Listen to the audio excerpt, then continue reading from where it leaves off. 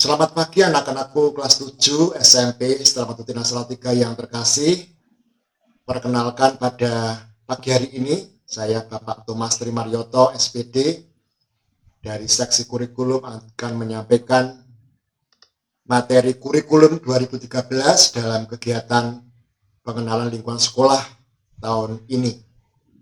Yang pertama, pengertian kurikulum, yakni perangkat mata pelajaran dan program pendidikan yang diberikan oleh suatu lembaga penyelenggara pendidikan yang akan diberikan kepada peserta didik dalam satu periode jenjang pendidikan.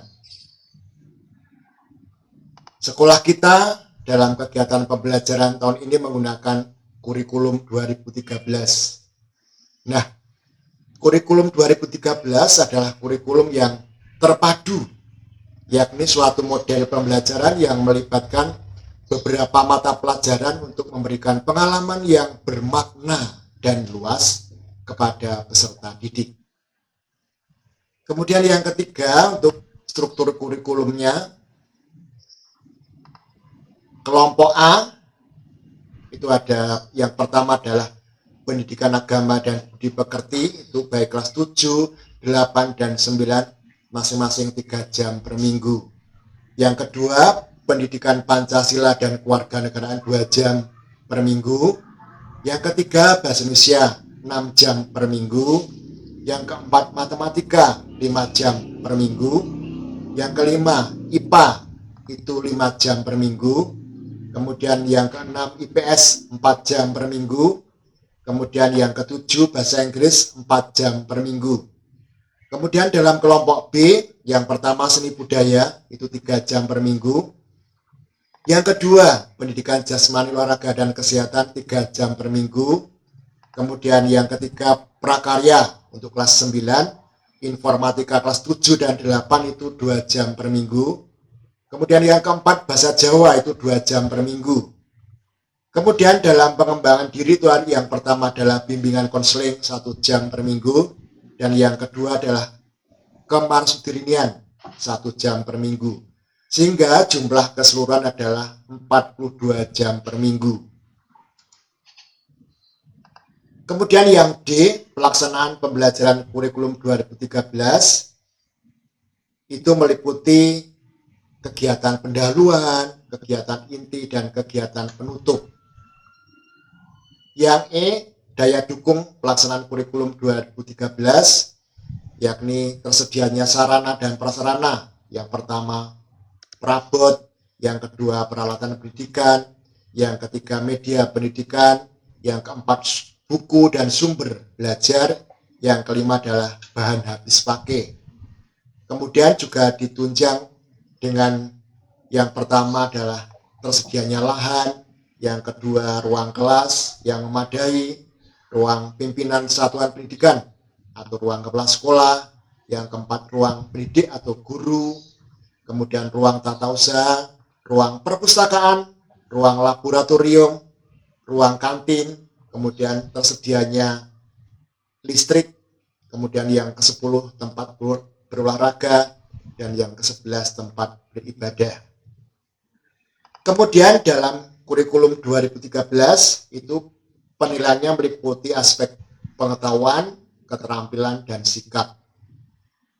Sedangkan jenis penilaiannya itu adalah ada penilaian harian, jadi KD yang sudah terselesaikan bisa diadakan dengan kegiatan bulan harian atau penilaian harian.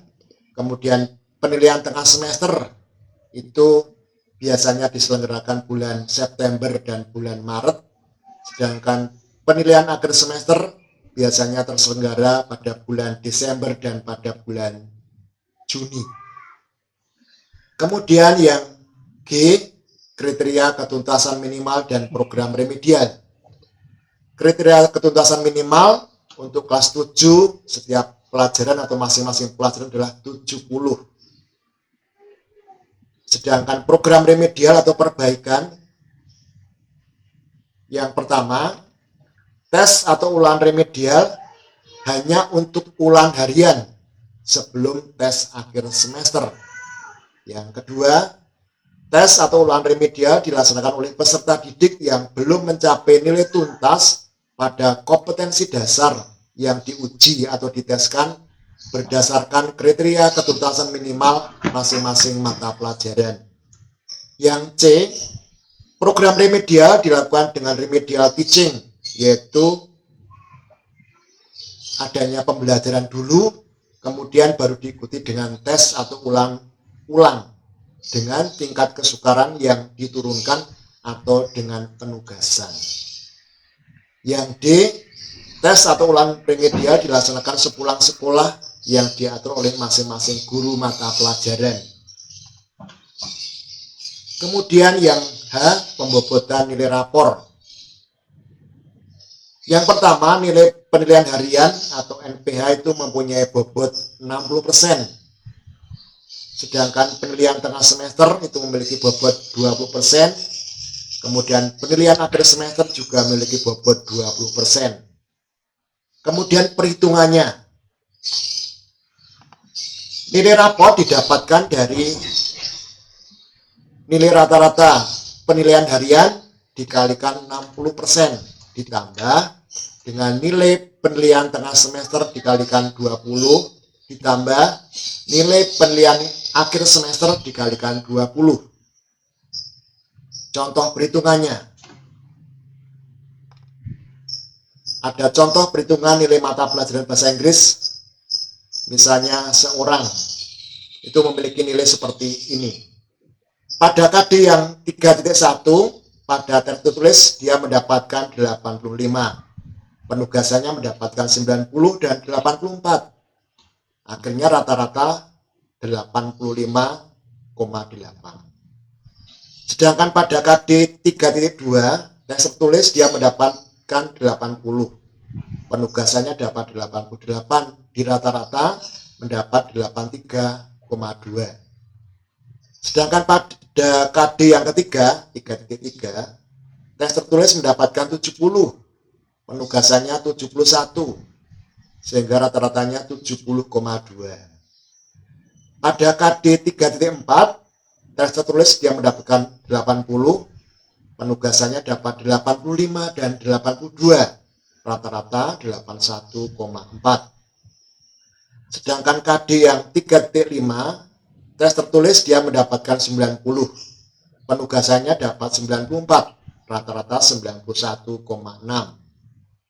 Kemudian tes tengah semester yang dia dapatkan yaitu 82,5. Kemudian tes akhir semester dia mendapatkan 80. Maka nilai raportnya adalah 81 dengan predikat nilai adalah B atau baik.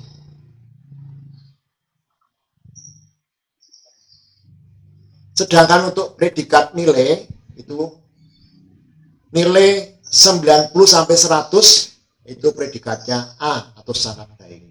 Kemudian nilai 80 sampai 89 nilai B. Kemudian nilai 70 sampai 79 adalah C atau cukup. Kurang dari 70 nilai D atau kurang. Kemudian yang sangat penting adalah kriteria kenaikan kelas. Seseorang dinyatakan naik kelas, baik itu naik kelas ke 8 maupun 9 dengan syarat yang pertama menyelesaikan seluruh program pembelajaran dalam 2 semester pada tahun pelajaran yang diikuti. Yang kedua, deskripsi sikap baik sesuai dengan kriteria yang ditetapkan oleh satuan pendidikan oleh sekolah kita. Yang ketiga, nilai ekstrakurikuler pendidikan pramuka minimal baik sesuai dengan kriteria yang ditetapkan oleh satuan pendidikan. Yang keempat, tidak memiliki lebih dari 2 mata pelajaran yang masing-masing nilai kompetensi pengetahuan dan atau kompetensi keterampilan di bawah KKM.